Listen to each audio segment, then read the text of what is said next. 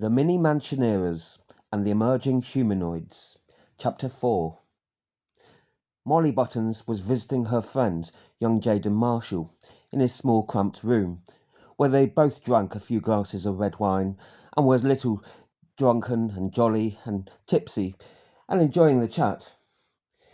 They'd both been watching the dance of Robo Kit that had been programmed in by his owner and his friend now, Jaden Marshall.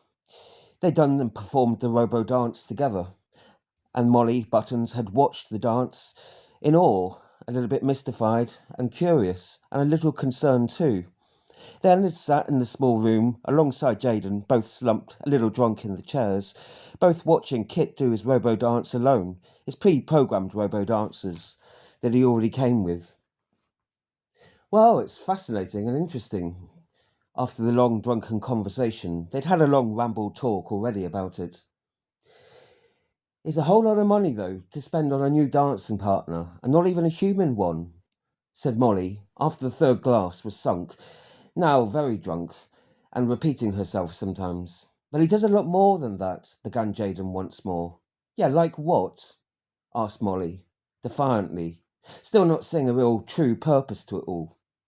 Well, you saw, he can be really entertaining.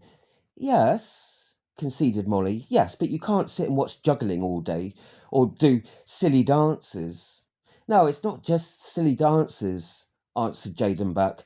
No, he does much more. It's physio dances, they're workouts. It's more like a training exercise to focus on different parts, different anatomy of the body. You could do a training dance program that focuses on the calf muscles or the back muscles, or the... Yes, interrupted Molly Brown. I get it. I understand what you're saying. There's a physio reason for it, but not for those silly dances. I mean, you're getting a lot better now anyway. You don't need the physio you said so much. You can do a lot of the exercises on your own, without RoboKit. So, I mean, is there any point of keeping him if it's just entertaining and for silly dances? But he does more than that, said Jaden, a little angrier now. And Molly was a little agitated, concerned why Jaden had replied quite so angry, quite so protesting, in defiance, in defence also of RoboKit. He also cleans, he does help, he puts things away, repeated Jaden. Ah, but you don't have anything to put away. I said that before. No, but it's also just doing exercises with him. He puts things away, in places that I can't reach occasionally. It's not that often. I'll also eventually hope to use him as an escort. Well, that's the plan of keeping him. That's the main reason why. When I'm able to control him more, with the remote control, to sequence the different programs, because that'll be different. I've got to first study the area. We're just going to start somewhere local, go down the local corridors. There's a corridor shop, just a few corridors away, really. So I stay on the same floor of the building, of course. I wouldn't take him that far, and I have to go to places that I know with him, so that I can pre-program. Well, I need to sort of program in all the different visual and also the different area that he's in, the different potential obstacles that will be moving. That all needs to be surveyed first, explained Jaden Marshall, quite drunk with it now, and not sure that he'd really explained it that well himself. Molly had sat upright and wasn't sure what to think of it all, really, had given a shrug, unsure whether that was even possible to do, but said yes if it was something that he felt the need for, but why so much effort to do all that? I mean, was it even technically possible to scan an area and to know what potential objects would move or people would be likely to be passing through? What about strange, unavoidable things that couldn't be predicted or known? Surely moving obstacles could appear, passing trolleys that suddenly trundled by at great speed, or rambling corners and corridors unexpectedly, or people that emerged out of doors at times that you weren't expecting, or that rambled down strange corridors, ones that they could have never known that they'd go down to. Yes, he had admitted, there were a lot of those unforeseeable obstacles, moving obstacles, whether they be moving machines or people of whatever kinds. Yes, of course there'd be those, but it was just about knowing the likely kind of traffic, how much people, how likely it would be. And there were more distant corridors that were relatively unvisited, very quiet in fact, that were empty. The ghost corridors in the middle of the night, they were virtually abandoned. You could go down there, and the shop corridor at the end of those ghost corridors that linked onto many other half-empty corridors, they were still used occasionally, vaguely, not that often, so they didn't stock that many things. There wasn't that many reasons to go down there that often. But still, there were ghost corridors around the area, ill-frequented during many hours of the night. It would be easy enough to go down there, those kind of places, where you could do a good scan of the area to see what typical robots would go round there, doing their usual routines, sweeping up, tidying up, delivering the post carts, and also delivering even medication carts through the nights, those rare, essential ones, to those that lived in corridors. So beyond the ghost corridors, the ones that he could go to and have relatively few to none visitors that would be expected in those kind of areas. Jaden had reassured her that there were those kind of corridors that he could take RoboKit out to, where there'd be very much less unforeseen obstacles arising and movements that were relatively predictable and routine-based, that he could study and know and had gone to for many months and years in the last couple of years as he'd been working as a recycler in that specific area, stationed only there and limited how often he could go. He'd explored half a mile of corridors, zigzagging his way round and up and down the long sloping corridors. I discovered a ghostly part, dozens and dozens of characters. There were different long corridors that were very dark. The lighting had failed many years ago, dimly lit, that some people had personal lamps outside the rooms that had dotted lights that worked to varying extents, that were gloomy though. Vast stretches of those miles of corridors in that particular gloomy, darkened area, that wing of the floor, really wasn't lit well at all. It was dark and gloomy, so few people would ever visit there, although there were people that lived beyond those realms, beyond those corridors. About a half a mile corridor stretch, wandering, meandering, long stretch, but beyond that half a mile corridor stretch roughly, there were some people that lived there, and it was a much more fuller room of people. Some people did go into the half-ghostly corridors just to go to some of the ghost shops that did sell some things. They had half-empty shelves still, of course, but they still had some quarter full or an eighth full or however much. It's still worth going there, and it would be a good exercise and a good place to take out RoboKits where he could have a reasonable chance of knowing what predictable movements there might be. Besides, Jaden had tried to reassure Molly, mystified and still intrigued about hearing just how a robot humanoid could be operated to go to strange corridors or strange places that it had never encountered before. Jaden then tried to reassure her there were some obstacles, however new, that could be a moving object, for example, that he could react okay to if it was something that he'd reacted to something similar to before. So it did depend what his previous experiences were. He, for example, as a human, Jaden had been able to teach RoboKit all sorts of different human moves that he could expect in the outside strange corridors when he'd been meeting other strange humans. He'd only encountered one human, but he could simulate Jaden lots of other typical human behaviours that others would likely do out in the more familiar corridors when people moved and walked and marched and held things and stretched and entered doorways and turned and did all sorts of movements that were relatively predictable, formulaic, things, a whole variety, hundreds that had to be programmed in and adapted to recognise the different variety of the whole range of different likely behaviours that would be expected, that he could then simulate a reaction to, because he could program the typical reaction that was desired after then giving the input, after then performing the simulated action.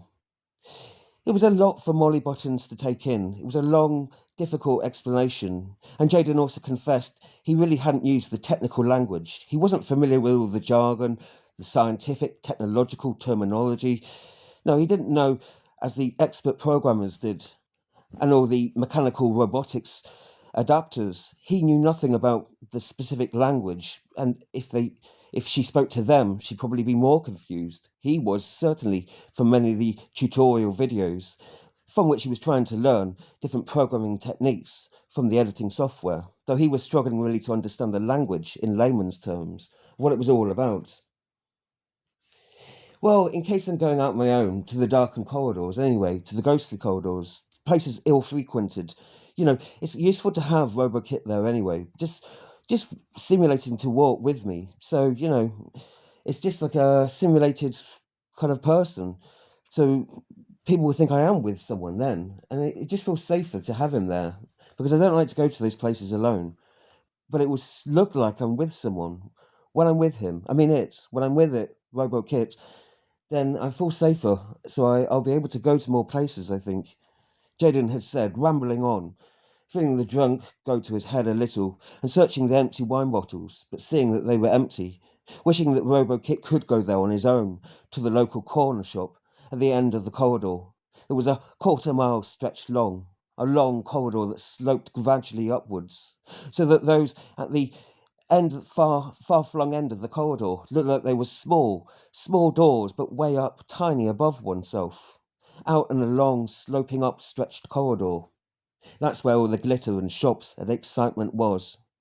But it was a long, difficult walk when you had a hard injury, and its calves were strained anyway. If only he could just send RoboKit up there alone without having to do all the program simulation reactions to all the different likely behaviours. Well, it sounds a lot to take on and a lot of effort to do, really, just to go up the shops. And I think you worthwhile just trying to go out as much as you can when you feel able to, if you can. You can always get the shops just to deliver to you, as you did for the first few months. You don't really have to go out at all until you're really able to, until the injury's really healed up well. I don't want you to make it worse or anything, exacerbate an injury. Don't put yourself out or cause any worse pains with it. Molly Buttons had tried to reassure her friend and appeal to him as much as possible, out of concern. Well, that's why I got RoboKit, because I could lean on him to an extent. The corridor's fairly empty. If I go out late at night, then it's okay, and I was able to walk alongside, leaning on him. Sometimes, a couple of times, I nearly fell, and I fell into him. He sort of somehow broke my fall, and he supported me, because he'd done that at home a few times. His arm came up, and that was the reaction. So it worked out on those occasions. Other times I was just able to sort of lean on him as a crutch, because my left side, as you know, is worse. That's where the injury was, the leg and the foot and the upper part of the side, the torso. And so I lean on the other side of the body. And RoboKit then, he can simulate the walk on the other side, so I can lean on him then. Well, I was able to go to the local store at the end of the corridor, just the one, just beyond the end. RoboKit was able to sort of support me a few of the times, because it was simple for him just to walk up there. He didn't do any help with the shopping or anything, the lifting, the carrying. He could just carry one bag, because I had to lean on him on his other side still. Also, he was of some use. I mean, in the earlier days, when you were able to sort of go out occasionally, asked Molly Buttons. Yeah, a few times. I didn't lean on him that much. I suppose maybe for the first few weeks, but yeah, I guess he was useful for lots of different small things, lots of small jobs, not just the leaning on and support, and just feeling that I'm with someone. When I was going out, it was dark, it was corridors that I didn't go out at that time of the night that often, and I felt safer as well with him, because it looked like I was with someone, even though obviously I wasn't. And then with the physio exercises and at home, and I know you said the dancing too, reminded Molly Buttons. Blushing a little bit, she turned to look then at RoboKit, who was now slumped in the chair. But he hadn't been turned on yet. She wondered if that was his usual nature, just to be left off, so that he could just appear slumped like a statue, or didn't he just simulate sleeping at least, or appear to be unconscious or restless or something? She found it a little strange, unerring to see that he was so cold and out of it, motionless. Couldn't you just go out in the day, though? You don't really need to go to those places at night, surely. And then you could hire one of those large shopping trolleys, push things back or something. Be easier that way. Then Kit wouldn't have to carry it, and you wouldn't have to lean on him. You wouldn't have to push or pull anything heavy, would you? If you can't get the heavy items delivered, that is, suggested Molly Buttons. trying to sound sensible despite the drink and being somewhat more tipsy than she'd wanted to be. Aye, but it's not easy to take those. I find them hard to push even. There's so many of those kind of weird obstacles on the floor. You know, like those brackets that haven't been taped in properly, and the trolley wheels get stuck on them. Some of the wheels don't work. Like, like I'm always getting faulty ones. The wheel spins round. It's harder to push than you think that. Especially it's putting more pressure on that side of the body. So I have to push it with half a side, one side of the body, and I end up pushing it different directions. I nearly slammed it into a wall sometimes when I was going down the slope on the way back. It just sort of I lost hold of it and it sort of wheeled off. Nearly went into someone. Well, you've got to be very careful, chided Molly Buttons. Half a smile, though, at the thought of him rushing to grab this trolley before it bolted into someone or some wall. It didn't actually hit anyone, though. No, Jaden reassured her, it didn't actually. He grabbed hold of it, reached out and grabbed it before it ever did, and had managed to sort of halt it just a few seconds before. But someone had been a little shocked, alarmed, and given him a little severe warning to take better control of his shopping machine while he was out, looking at him curiously, with a slightly suspicious raised eyebrow, before moving on with his long ramble. I thought you said you didn't want to go out with him any more, though, with Robo-Kit, that you were finding it difficult, awkward, said Molly, now considering what he'd said earlier in the long rambled talk, saying that he was finding it a struggle sometimes, because of some of Robo-Kit's stranger moves, when trying to react to behaviours he'd not been programmed to react to simulated move to. No, I can't really take him out so much, not to strange areas, not until I've really learned how to work him better, how to understand it more, the sequencing of the programs or that he needs to do for the reactions. I'll just start off with going to the more local areas. That's what I've done, places that I know already, and I know when it's sort of relatively quieter. You can never be totally sure, but it's fairly reliable. It's quite predictable when it's very quiet. Then it's simple just to go out, but I'm limited then how often, where, and when I can do that, really, confessed Jaden to her. Wouldn't he then bump into other people or objects? If something just randomly rushed at him or just shot past him, and his arm was out or something. No, he has a built-in motion sensor. There's always the motion sensor that's turned on. So he would actually move if it was something he sensed that was suddenly moving at him, But if it's a stationary object, that is moving and that it's too sudden and it's close to him also, then yeah, his reactions can be slow sometimes if he's actually already doing multiple other programs. It depends. There's a limit to how much. If he's just simulating a walk and not doing a simulated walk talk and also carrying and supporting, doing a stretching exercise, potentially taking pictures, but it doesn't do those things as well as sort of walking and talking as well. It doesn't do too many simulated programs at once because there's a sort of function limit of how able he is, explained Jaden now. So yeah, it's rare. It hasn't really happened that anything has crashed into him. Things have brushed past him.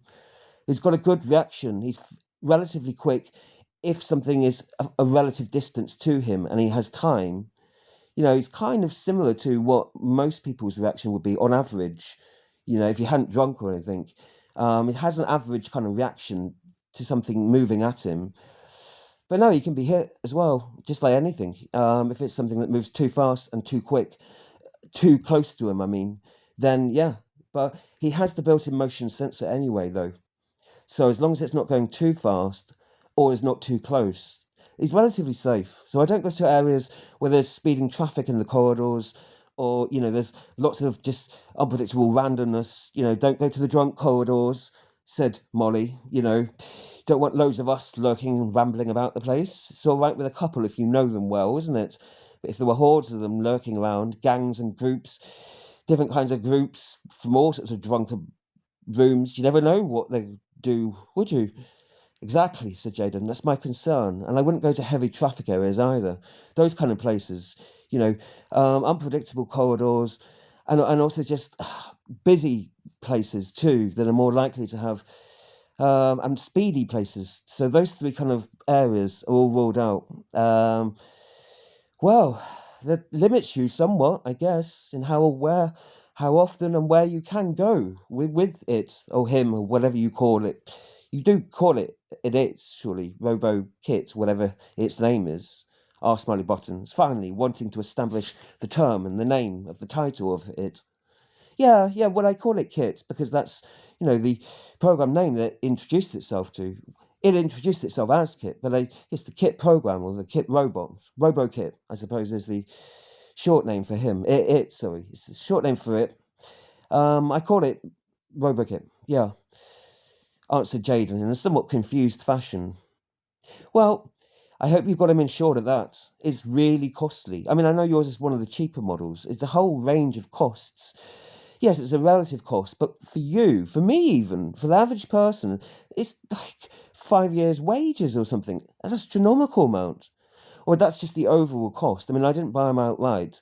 I mean, I'm just paying off small installments, and I will get the deposit back that I paid, when he's returned, if it's reasonable good condition. As long as the inner mechanisms are still robust and working, there's no internal damage on it, and it's still functional.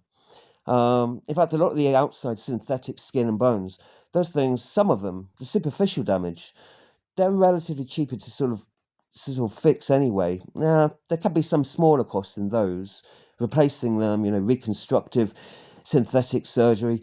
There are small costs in those, but that's sort of superficial damage. As long as the deeper internal mechanisms, as long as they're still functional, then you get all the deposit back anyway. And if there's no superficial damage, you'll get the total amount back. So hopefully I'll get that. There's only a few scratches on it so far. It doesn't bruise or anything, but it can tear and damage a little bit because it's soft outside. It's designed to synthesize it's synthetic skin, and it's designed to simulate real skin, the feel of it. So it can tear, and it has. Does it ooze blood like real human blood, or no, answered Jaden to Molly's question. No, it doesn't leak like fluids in that way. But it does need to sort of be mended. It gets tailored by one of the mechanics. So they do sort of repairs on it. And they can also sort of adapt it, and they can sort of change its, they can spray paint it, change the the colour of it, its tonnage. They can make body modifications, adaptations of it, but I'm reasonably happy with it anyway, as it is. I wouldn't want to change it, anything.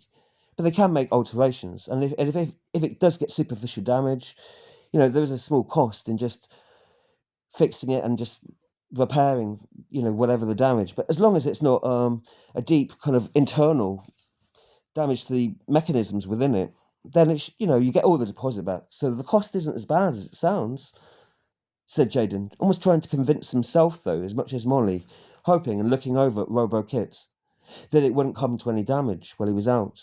Nothing too deep within its mechanisms, anyway. He had been functioning relatively well anyway, had noticed no serious damage to its deeper mechanized workings yet, anyway. Well, hopefully he'll be all right, as long as you're careful with him, and that there is the insurance, I suppose, too. Yes, yeah, there's the insurance policy, but they would only pay out if it was a genuine accident, something that's a malfunction of the product somehow. It's rare that's ever happened, and it hasn't happened yet, touch metal. It's not likely to happen if it hasn't already, I guess. I would have known it because it's done a lot of its program simulations already. I've kind of experimented as much as I can with the different program functions it already has.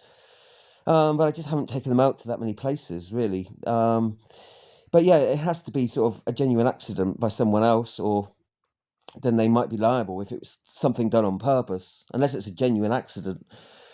But it's not, the insurance wouldn't pay out unless it was some malfunction or something. Then you'd have to prove it was an accident. I just hope it never happens, really, he said. There's loads of stuff, terms and conditions. The contract was like thousands of words. It was really long. I think they only really pay out like under specific conditions, really. But I hope it just will never happen, because it was a big cost for me. I know it's just one of the cheaper models, but it's still really advanced in its own way, though. Well, for me, yes, it is. It's for all of us. We are virgin humanoid users. Well, virgin humanoid people. We have never experienced anything like this before. I've never seen anything like this. Yes, I've heard of it. I've read and heard weird stories about it. people having those humanoid experiments. I've seen the videos of it too. I didn't know how many of those were real or not. I've heard stories about them. I've seen even pictures about them. Well, the cartoon ones, the animations. Seen lots of those. My son got quite into it. Went through a phase in his adolescence watching anime, animated humanoids or something. But I didn't know it was real. I didn't know that they're actually constructed and that, I'd heard stories about them, seen some documentaries, but I thought they were just, CGI graphics and all that, and were just actors playing it. I didn't know it was actually real or anything. Well, I didn't know if it was or wasn't. I had no way, just because I haven't seen them directly, I haven't touched them in person. I haven't felt a humanoid before. I haven't seen a humanoid dance.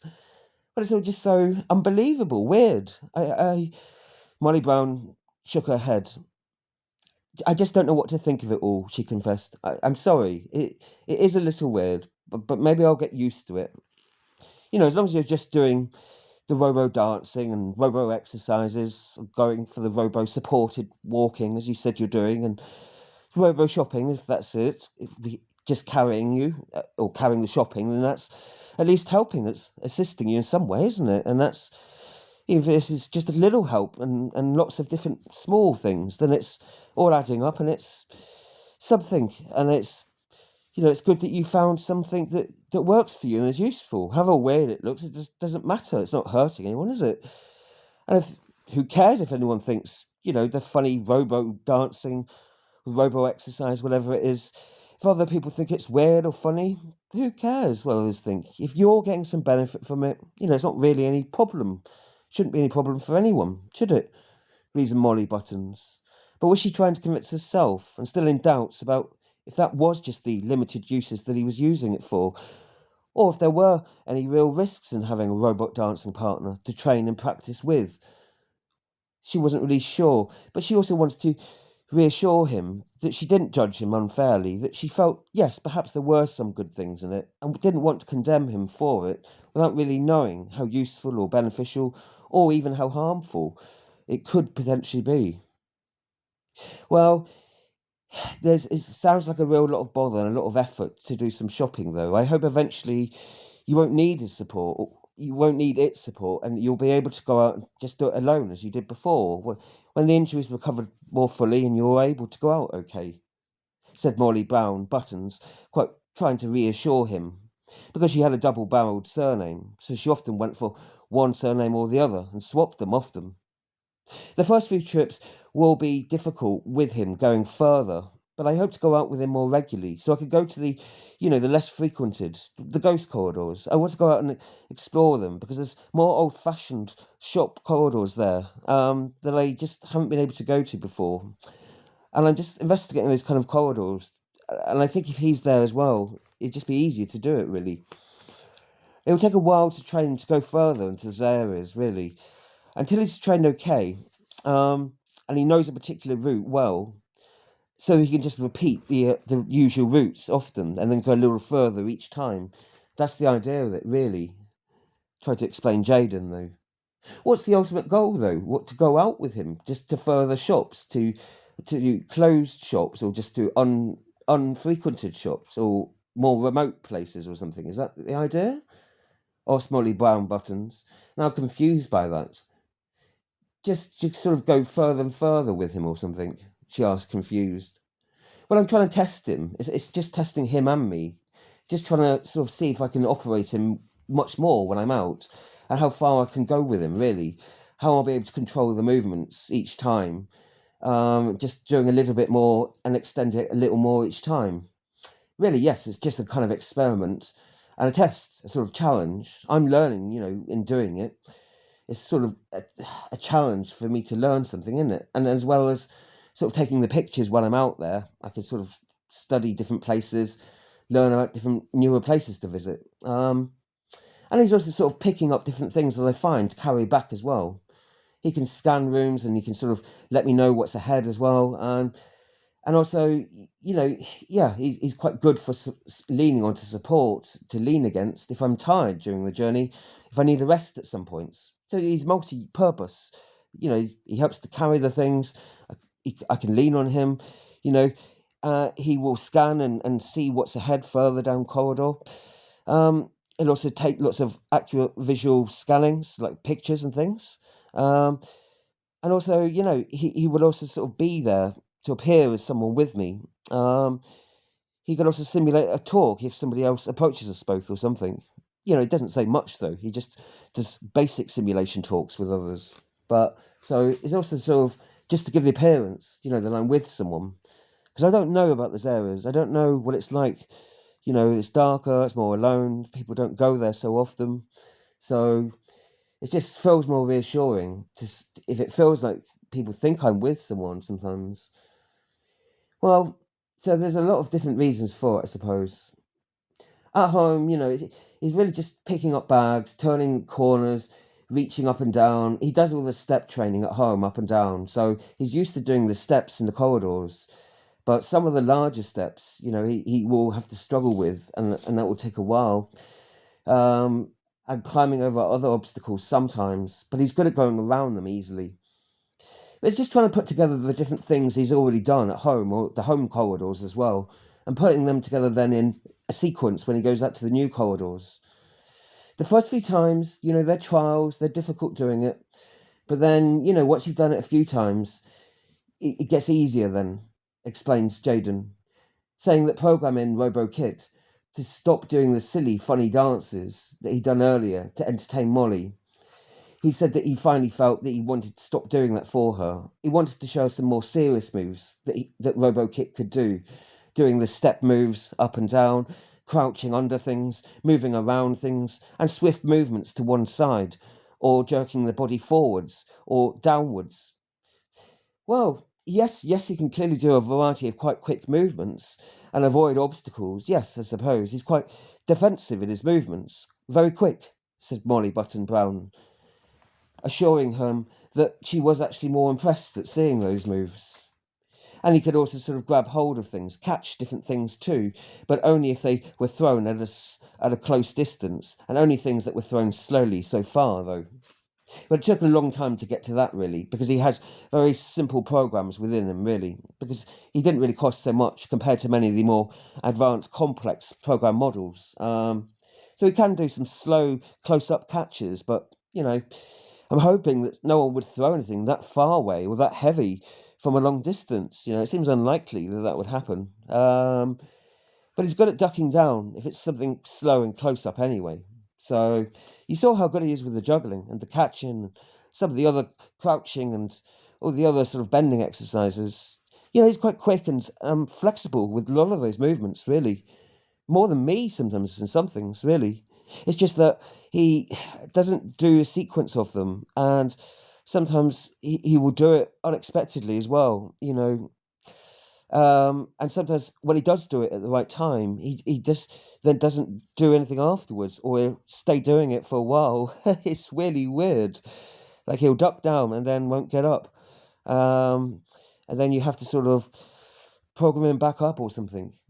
But it's just because sometimes he's doing too many other functions before that, and it takes a few seconds sometimes, or a slight delay in him then readjusting and then refunctioning what of the different programs that he's doing, multiple programs at the same time, what ones to prioritize on focusing on. It takes a few seconds or, a dozen seconds sometimes. It can take a long time if he's doing multiple different simulation programs all at once. So I don't do any real complicated things with him. Certainly no robo-dancing out in the corridors. Nothing like that at all. He never does anything, lots of different complex simulation programs all at once. Not even a one long sequence of complex program. He doesn't do anything like that. Not out in the corridors. Even the family corridors, he won't do that. I can't do that with him. Confessed Jaden, now really confessing the full limitations of his and RoboKit's abilities to really go out and do so much at an early stage.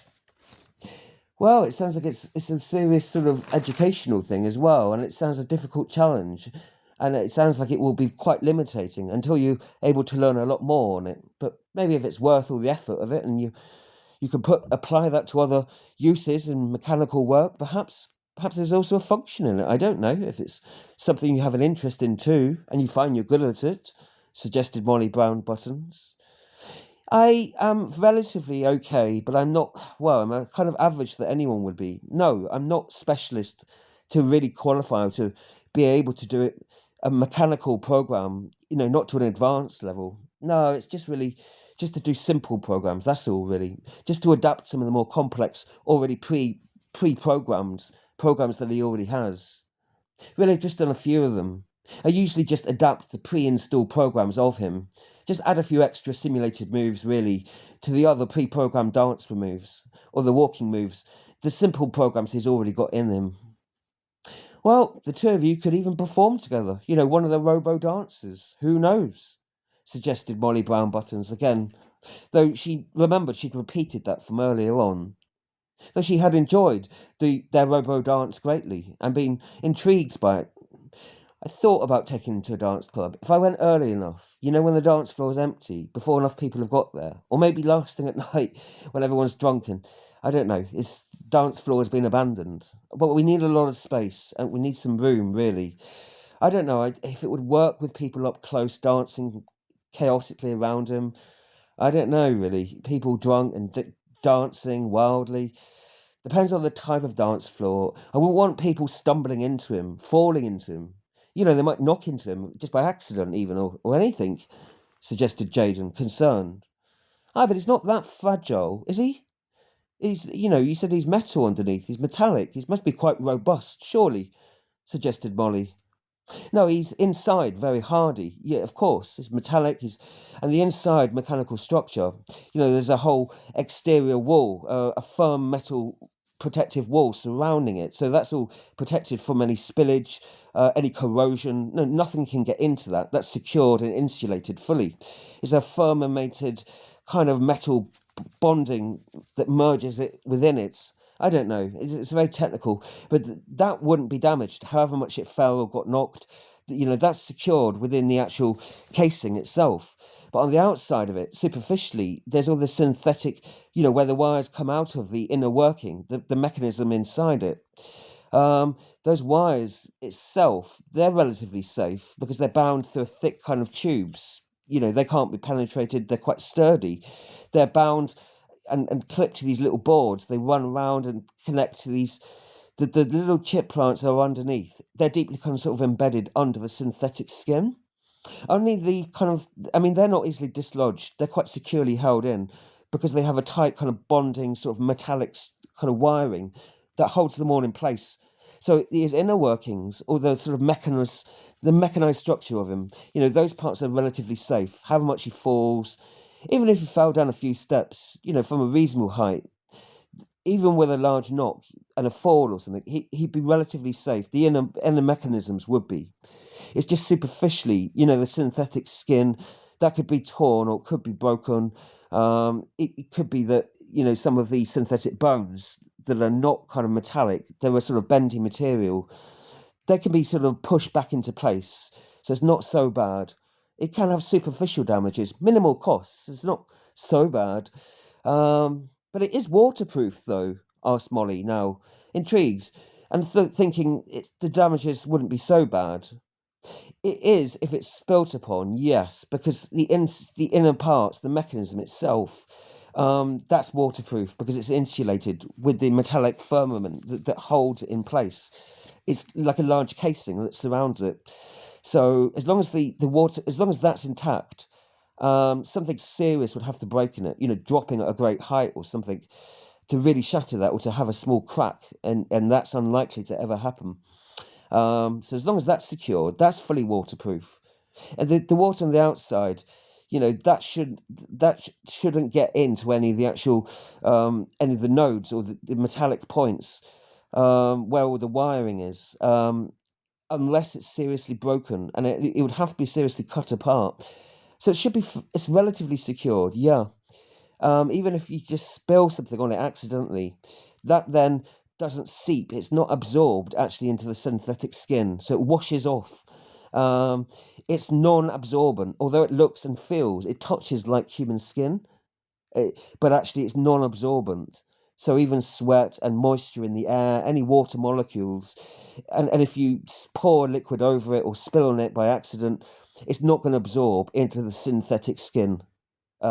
unless it's torn open and there's some cut or tear in the synthetic material, and then you poured something into it, then there's a danger that that could seep into and between all the different electronic kind of nodules. They're like these little kind of gadgets, microchip kind of software where all the different wiring cases attach, unless it sort of seeps, and but that doesn't happen unless the synthetic skin is punctured and then something's poured into it.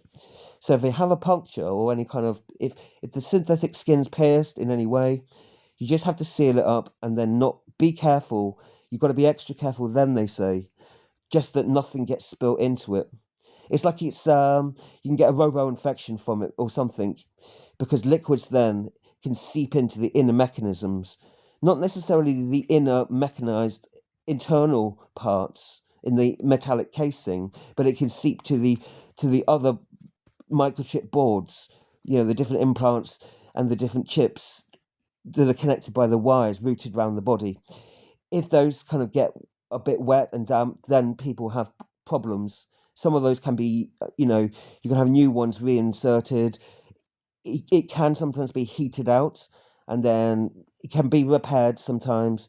You can have some of those microchip kind of boards like reinserted or repaired, but you should never get to that stage, they say, because if it ever gets punctuated, if the actual synthetic skin is pierced or punctuated, then you should always be careful to keep it dry and keep it covered up, and to make sure that it's then resealed. You can even buy these things. It's like this gooey kind of liquid, and you put it into the actual synthetic skin.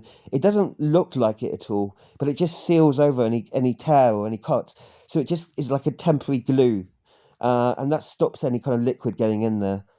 So if you ever have an accident with it, if I ever had an accident and there was a tear or cut or something on RoboKit, then obviously I just seal it up and put the gluey kind of substance in there, and it just blocks up, it seals up the crack or the hole, and then it stops anything kind of dripping or seeping into it. So yeah, it's relatively safe to do. I keep that out with me, the synthetic glue it's called, just to sort of block up a tear if anything ever emerges. It's never teared yet, touch metal or touch synthetic skin, whatever.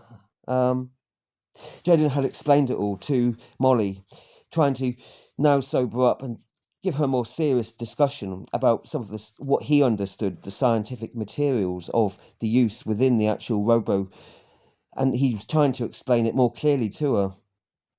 Well, I guess you just be careful he doesn't get any tears, or put your synthetic gels into it, or wrap a bandage round, I suppose, like you would with a person, suggested Molly. Yeah, of course. I'm going to try and look after him as much as I can. I take bandages and the gel out. I hope nothing will ever happen, of course. Well, just hope that it will never get that far, really. But, as I go out much more with him, there's always a chance. Sometimes he does say weird things. When people have had simulated conversations, strangers approached us. Only a few times, though. And when they asked him, like, unpredictable questions that he doesn't have any programmed or simulated answers to in his database, then he gave some really weird answers to them, like things he thought, things, because it had some reference to what they were asking, but it was so irrelevant. And a couple of times it was funny. One time it was really weird, and it was actually quite rude, offensive, and the person thought, Kit was trying to sort of, I don't know, like mock him or laugh at him, or I don't know. He took offense to it, and I said, oh, like ignore him. He's drunk or something. He's just being stupid. He's joking or something. I had to pretend, because at the time, RoboKit said he interpreted it as a joke, as a sarcasm or something. I don't know why, really, or if it was said, if Kit had said it as a joking response, even, or just as a sarcasm response. I didn't know either, really. But the other time it happened, though, like a guy said, he asked a simple question. It's obvious, it's I thought it would be understandable, but some of the words in it were a bit old-fashioned. So Kit didn't know anything about it from his programming. He didn't record an answer. he did have answers that were similar to it. He could have answered, but he just didn't know.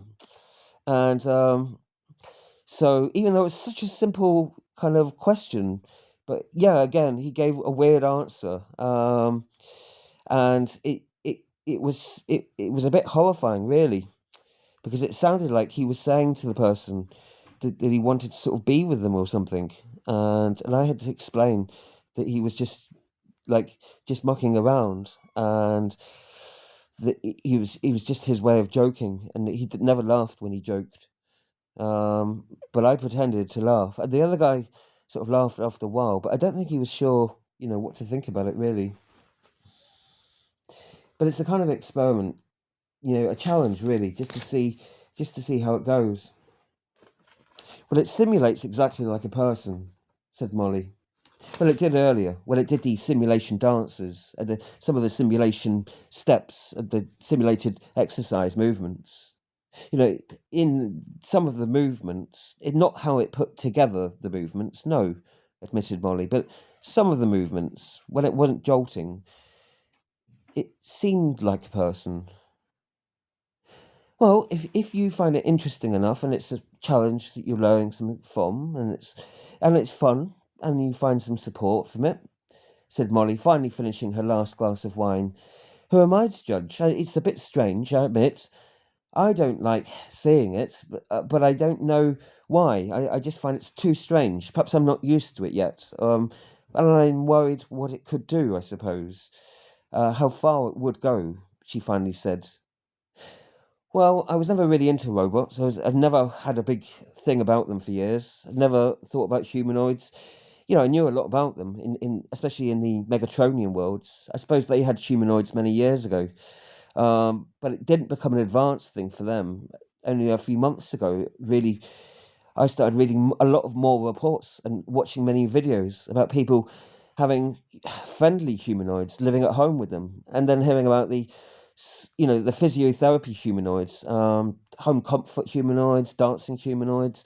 There were loads. I never knew there were all these different kind of humanoids. So I got to discover that doing research into it.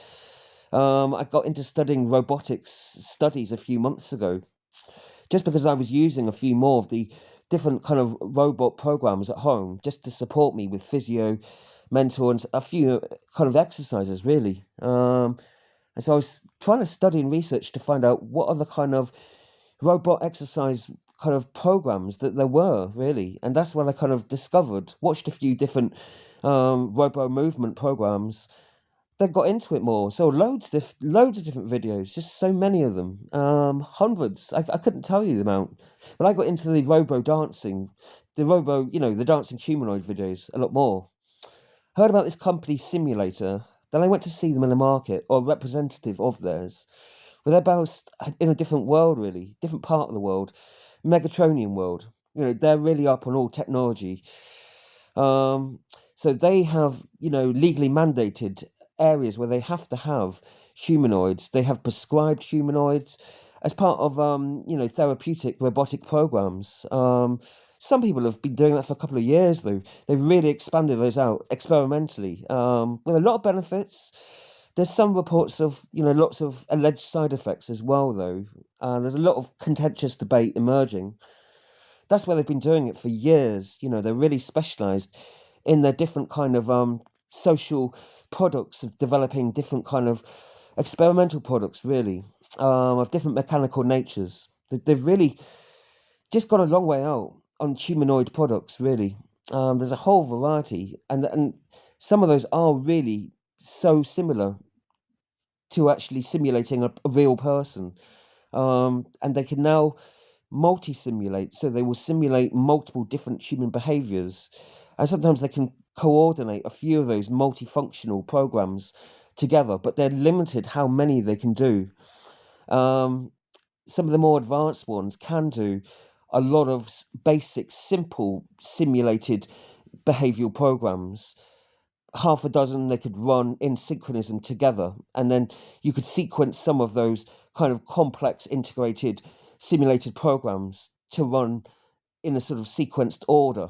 Then you choreograph those and into part of a routine, and that's basically how the pre-programmed packages they are sort of how they're arrived. They're often designed like that by the programmers, with the mechanized, product designers and adapters that also use them too. And then you can sort of make some adaptations to those programs depending on your abilities and also the situation and how able you are to do it and those sort of things, explained Jaden, going off into it. I was never a real big kind of robotics humanoid fan or anything. I just had a real growing curiosity about it, really, that just grew and grew.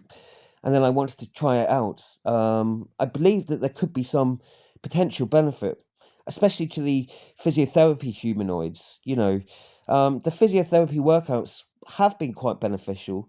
So it does help me standing up for longer periods of time, leaning, stretching out, leaning over to one side for long periods, or stretching different parts of the body, stretching out the arms or the legs, pushing out the calf muscles, or leaning over so I can, and then doing a sequence of different stretches and exercises for a longer period so that I can sort of adjust the different areas that I need to lean on. He's been good for that, or it's been good for that, said Jaden again, still slipping into his gender neutral title. He sometimes went between using a gendered title and also between a neutral title. You've done a lot of physio workouts with it, said Molly finally, after the observation. Yeah, I lent on him a lot for support, physically, when I was unsteady in the earlier times. That's why I ordered a bulkier model. Had a lot of weight. He was quite flexible to move as well, and longer arms for the stretching, the movements. He could support a larger weight. He's quite bulky, anchored in well, and also he sort of has flexible movements with the longer arms, and tall as well. So he also is broad. And tall enough too, with the long arms in proportion, so he could sort of stretch out long. He could reach things up high, and also sort of he can sort of turn around things, further away. He can do a lot of things. He's tall and broad, and quite bulky, and a good sort of weight and size. Very bulky and supportive in that sense, explains Jaden. He's also quite handsome, quite alluring. I mean, he's got pleasing aesthetics. He's got a very nice, sort of handsome look about him, said Molly, also looking him over. I mean, it's, beauty's in the eye of the beholder, but he's got a very pleasant look about him. He's very youthful looking and got a very, very kind of nice, handsome looking, well chiseled out features, very pronounced in proportion features. He's, very attractive, I suppose, said Molly, now looking over to Kit, and thinking, yes, he appeared to be that, but also feeling it odd that she was admiring what was really an aesthetic simulation of a person. Jaden had noticed her strangeness at this, annoyed that she still referred to him as a man sometimes, still referring to it as a man, as she noticed that Jaden still perpetually did, using the gender-neutral language occasionally, and then using the gender male language sometimes, for RoboKit, alternating between the two, as if he was confused, or as if he thought both somehow. Did that mean that he was treating it like a man? Treating RoboKit as if he was just Kit, or it was Kit? Or was that just a familiar word that he'd been using, just to distinguish it from a female humanoid, calling it a masculine humanoid? After all, it did have a masculine design, a masculinized look about it still. Well, I think so. Well, I'll choose him for that reason. I mean, that's why I chose him, so that, he, was a male that I could relate to well. I had to make a few adaptations, before it was actually chosen. You can pretty much choose any design, any shape, size, colour, style. They have catalogues of all different kind of prosthetics, but there's a lot of different popular models that they will use. Ones that are popular in the Megatronian world, where it's actually been used for years anyway. So they ship in the actual humanoid model where they'll bring him in from another part of the world, completely different. because it's a very specific, advanced kind. Because here already, it's such a new, advanced technology. There's no rules, there's no regulations, there's no laws or anything about it. So I guess people have already been bringing them over here, but it's very few people that have chosen or wanted to, or that could afford it, really.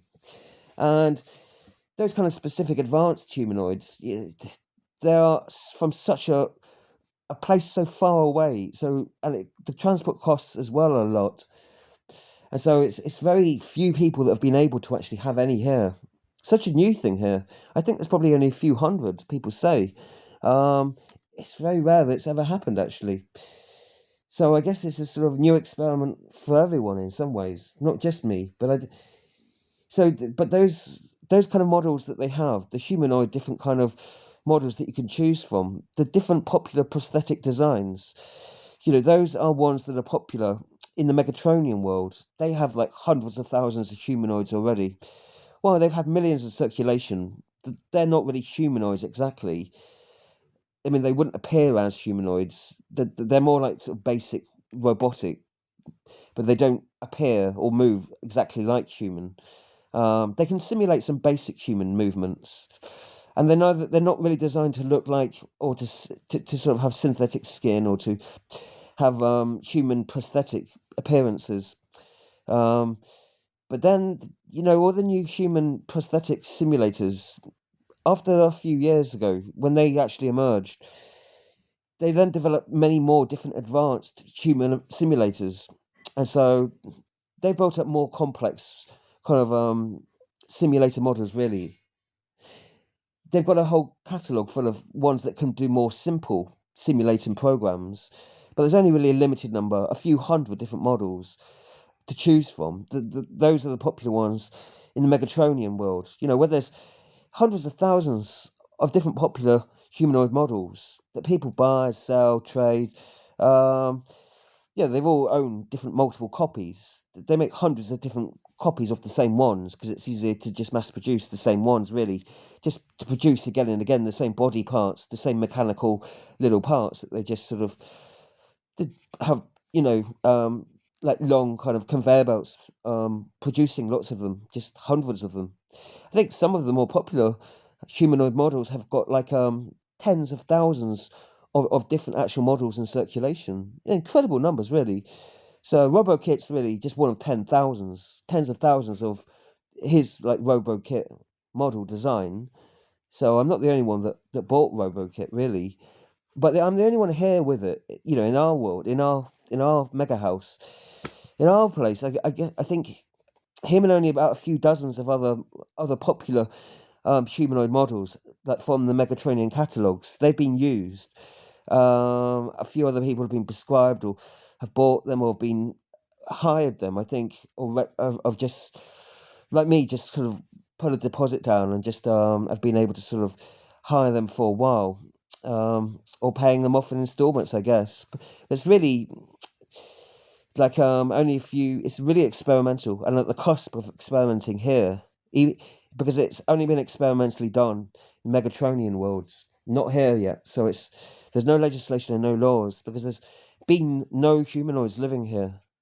So there's probably only half a dozen or so people that I've heard of, that I know of from the videos, that are living, experimenting, and adapting with humanoids, that have been having humanoid friends, humanoid dancing partner, humanoid comforter, humanoid exercise partner, those sort of things. I know about half a dozen of those that are genuine, that have humanoid friends, humanoid partners. There's like about half a dozen of others that could be the case as well. But in total, there's probably only a dozen, maybe 15, that are actually doing genuine sort of complex humanoid partners. So it's really cutting edge new technology, like the complex human simulators. Here it is anyway. So no one really knows what's going to happen with it all, really. I know, like I said, there's hundreds of others. Because Molly looked quite confused at this, because he'd said there were hundreds of other humanoids that were already functioning, that were being used, that were potentially partners for other people, or that were being supporting other people. I did say that there were hundreds of other kind of people with humanoid partners or humanoid programs that they're working with, but those are just kind of very simplistic kind of humanoid programs. They only really simulate a few really simple human things, like they only do a few step movements or a few basic exercise routines. They don't really sequence enough complex program together to actually make it into a longer kind of a dialogue or a trialogue or even a dance, or to do any kind of complicated movement, to even just to sort of simulate a small dance. The more basic humanoids, there's hundreds of those, couldn't do that. Molly Brown Buttons was really strange to hear all these explanations,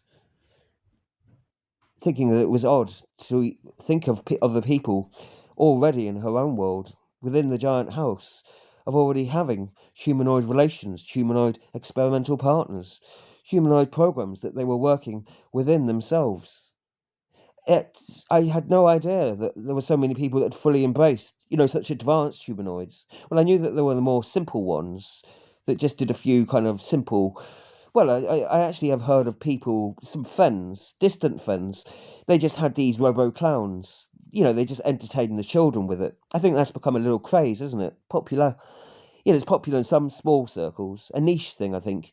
They just have entertaining robo clowns or something, like the one you had earlier. I mean, he did robo juggling, that sort of thing, robo dancing. But yes, they never did any of the actual kind of robo dancing or any of the more complicated things, said Molly, now quite drunk and feeling unfit to really discuss the issue, and feeling that she wanted to go and study it when she was sober, to do much more research, to talk to others that had gone through this humanoid experiment, and to see really what their reactions were with it, what the effects that it had on them and their family were too, because she was concerned not just for the ramifications for society, but for the family, for the individual, for the person, for her friend, for Jaden that she'd met, and also for her if she was to be visiting him and RoboKit regularly.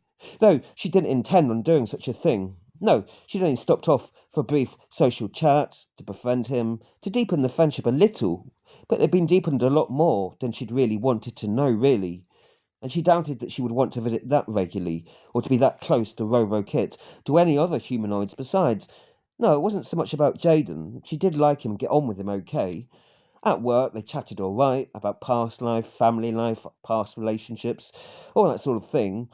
They shared biographies and strange, funny stories of their pasts, and chatted about the tedious work, the dirty work, the hardships at the recycling warehouse too, and gossiped occasionally about colleagues and worried about them too, muttered about them, or sometimes occasionally talked a little friendly about them as well, a little alluring, and complimented them too, confessed who they were a little attractive to, or who they were a little weary of. They'd been talking fairly friendly and getting on well, but she didn't really want to visit someone that was working or living or dancing with a robot. Found that a little too odd. Well, as long as he didn't involve her in a humanoid dance, a menage a trois robots. Well, she wouldn't be a robot dancing with the two of them, and she wouldn't want to perform some robo dance anyway. And he hadn't asked her to yet anyway. Yet, who knew?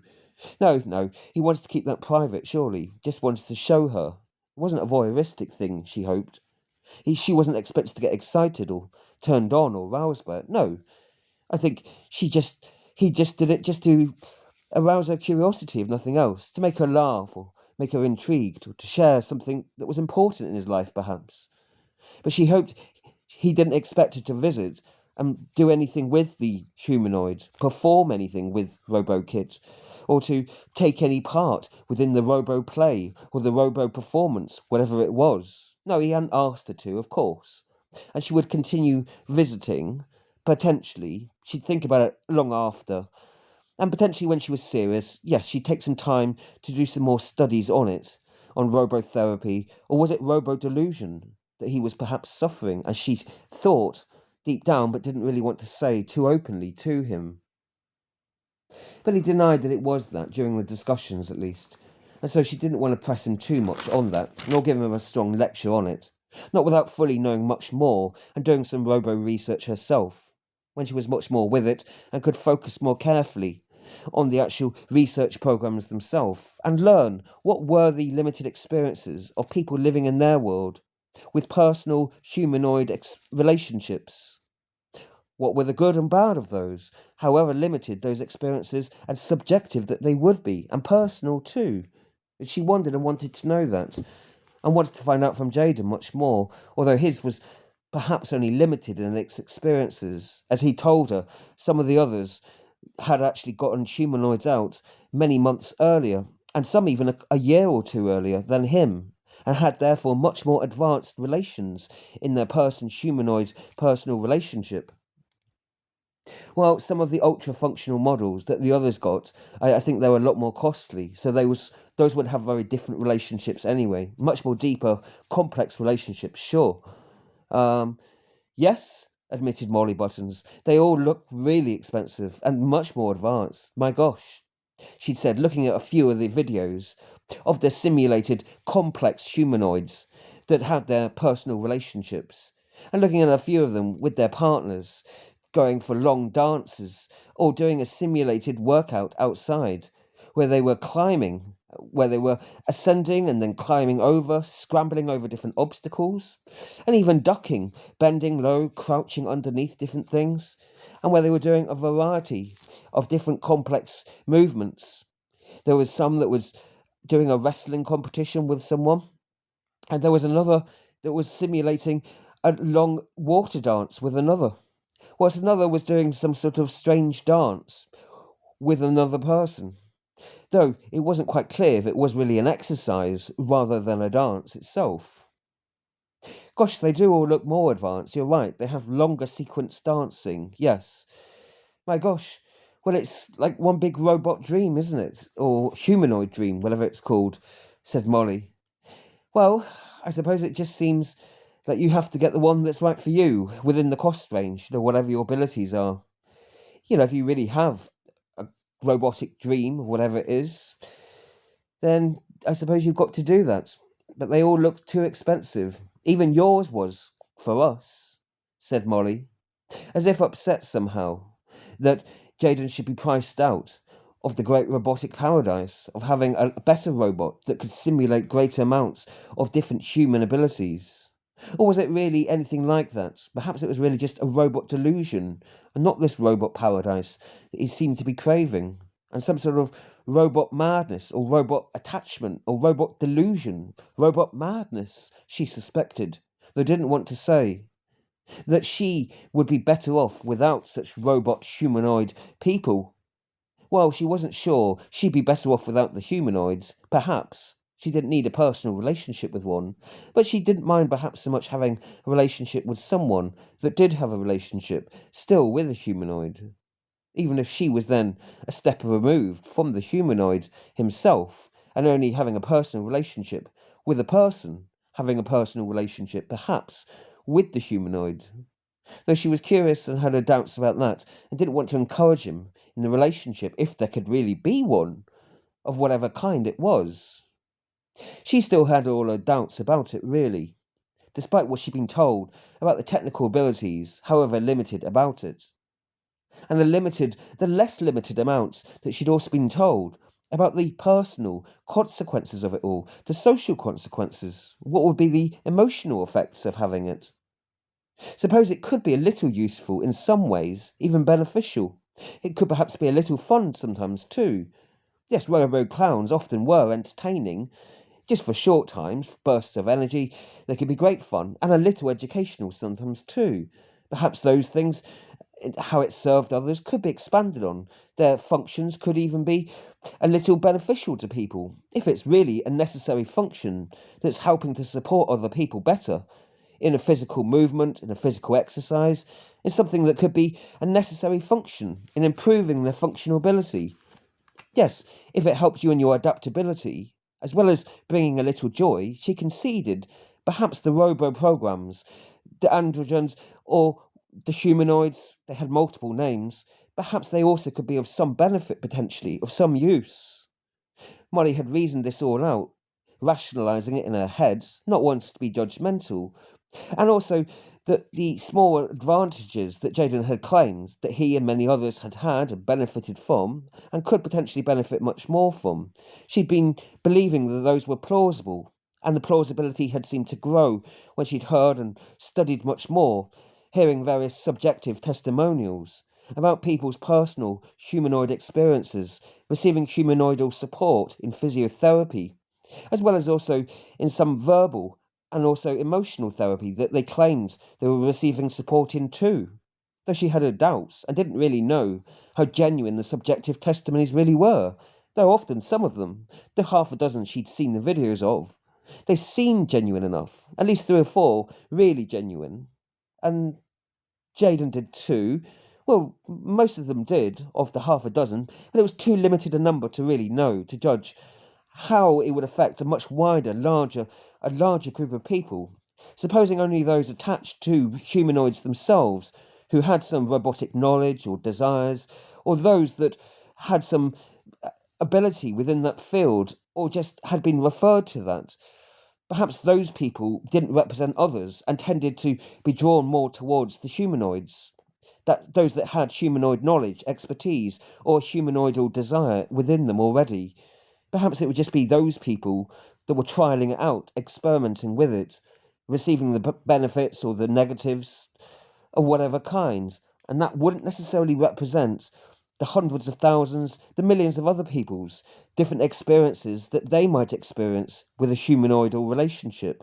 So those limited few subjective accounts, those testimonials, however genuine a few of them, many of them seemed and plausible, yet they didn't seem representative necessarily. Yes, they all seem to be, she didn't want to say nerdy men, but they all seem to be logical people, a little scientific, quite rational, all men actually, that are all chosen to have some sort of personal, experimental relationship, whatever kind, with this humanoid model production or model program of some sort. They're all men, and they all sort of seem to be a kind of specific type of men too. Serious men that had a very sort of specialised sort of knowledge and perhaps a love of mechanised things. Although a couple of them were not specialists in mechanisms or in programming or in robotics in any real way, but nevertheless were drawn to it through their own reasons. Nevertheless, those 5 or 6 men and all the others, the hundreds of others, they weren't necessarily representative of the demographic variation of society, of the house, of people in general, of larger, much bigger groups. So she really wasn't sure how their testimonies were relevant to what the social experiments with the humanoids really could develop into. They were just their own subjective experiences. And even Jaden himself, however good or bad, he found Andro Kit, or his robo-humanoid young program kits, whatever it was called, whatever his good or bad experiences, those were just his personal experiences. And somebody else might have a very bad or even a better experience, perhaps, with a humanoid of the same kind, even with humanoid kit. Somebody else might find him a terrible, degrading thing, yet might find him a wonderful, more entertaining thing, a more supportive, beneficial thing. Any number of different experiences they might have, having very different abilities, needs, different physical abilities, as well as mental, emotional, social as well. So there could be many different experiences that others had, Molly felt as well. How much of these experiences were really just limited to being his, or to being the others that had only tried it out yet?